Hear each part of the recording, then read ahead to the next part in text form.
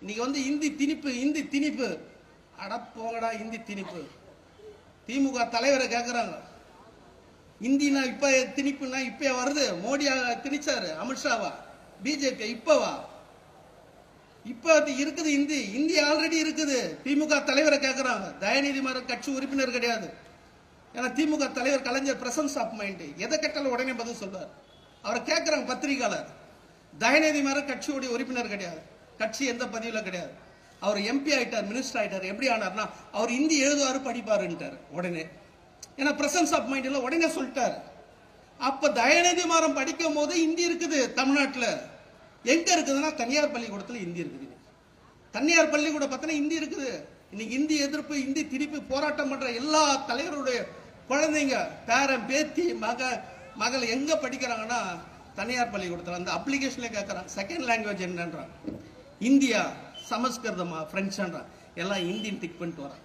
அப்போ தமிழ் தேசியவாதி இன்னைக்கு தமிழ்நாட்டில் இந்தி இருக்குது, தனியார் மையத்தில் போய் போராட்டம் பண்ண சொல்லு.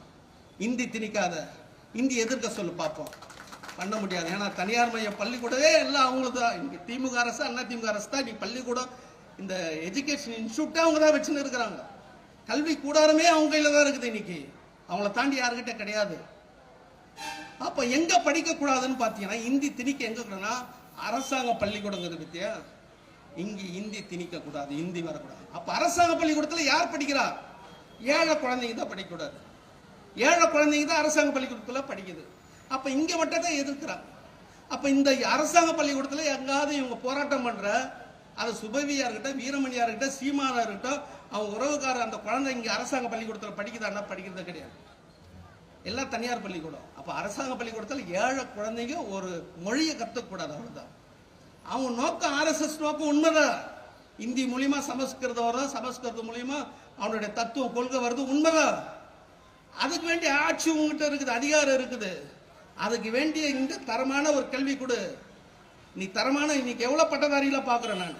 அரசாங்க பள்ளிக்கூட படிச்சுட்டு, அரசாங்க கல்லூரியில படிச்சுட்டு, எம்எல் முடிச்சுக்கிறான், பிகாம் முடிச்சுக்கிறான், எம்காம் முடிச்சுக்கிறான், எம்ஏ படிச்சுக்கிறான். ஆங்கிலம் பேசுனா தடுமாறுறான், ஆங்கிலம் பேசுறது தடுமாறுறான். ஒருத்தன் தான் முட்டாளின் இல்லாம் பார்க்க பரவல, எல்லாரும் அப்படிதான் இருக்கிறான்.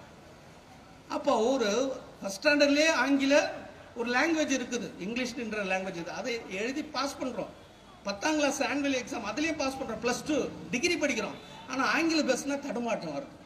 ஆனா அரசாங்கத்துல அனுமதி வாங்கி பர்மிஷன் வாங்கி நடத்துற பள்ளிக்கூடத்துல பாக்குறேன், 3ஆம் கிளாஸ்லயே குழந்தைங்க இங்கிலீஷ் பேசுது, 5ஆம் கிளாஸ்ல பாத்தீங்கன்னா ரொம்ப தரவா பேசுது. அப்போ இந்த தனியார் மயமா இருக்கக்கூடிய இந்த செக்டார், இந்த சிஸ்டம் பேச வைக்குது. அரசாங்க செக்டார், அரசாங்க சிஸ்டம் பேச வைக்கல. இதுதான் உண்மை. அப்ப பிரச்சனை யாருக்கிட்ட இருக்குதுன்னா அரசாங்கத்துக்கிட்ட தான் இருக்குது.